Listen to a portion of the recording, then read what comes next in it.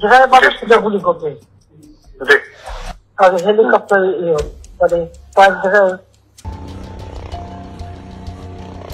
জুলাই গণঅভ্যুত্থানে ছাত্র জনতার উপর হেলিকপ্টার থেকে গুলির নির্দেশ দাতা ছিলেন শেখ হাসিনা নিজেই। তিনি ক্ষমতাচ্যুত হওয়ার আগে আন্দোলন দমাতে আইন শৃঙ্খলা রক্ষাকারী বাহিনী এবং আওয়ামী লীগের অঙ্গ সংগঠনের নেতাকর্মীদের দিয়েছিলেন কঠোর নির্দেশনা। এসব নির্দেশনা দিয়েছিলেন অনেকটা প্রকাশ্যেই।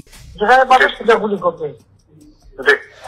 আর হেলিকপ্টার মানে কয়েক জায়গায়। তাহলে কিছু ছবি দেখে পাকড়াও করা যায় না রাতের মধ্যে? সবগুলিকে অ্যারেস্ট করতে বলছি রাত্রে।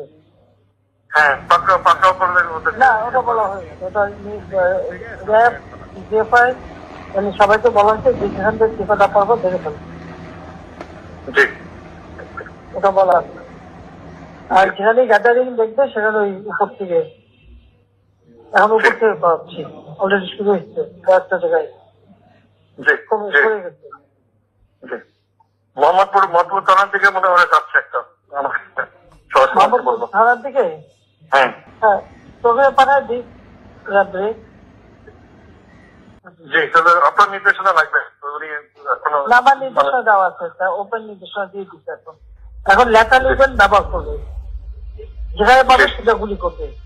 শেখ হাসিনার দেশ ছাড়ার পর একে একে বেরিয়ে আসছে তার আন্দোলন দমানোর নানা অপতৎপরতার চাঞ্চল্যকর তথ্য। তিনি শেষ পর্যন্ত আন্দোলনকারীদের উপর বল প্রয়োগের নির্দেশ দিয়েছিলেন, এমনকি গুলি করার নির্দেশনাও দেন তিনি। ছাত্র জনতার আন্দোলনে হত্যা ও নির্বিচারে গুলির একাধিক বড় অভিযান শেখ হাসিনার নির্দেশ ও তদারকিতে হয়েছে বলে উঠে এসেছে খোদ জাতিসংঘের মানবাধিকার বিষয়ক হাইকমিশনের প্রতিবেদনও। বলা হচ্ছে ফাঁস হওয়া অডিওটি গত 19 জুলাইয়ের, যখন তুমুল আন্দোলন চলছিল ঢাকা সহ সারা দেশে।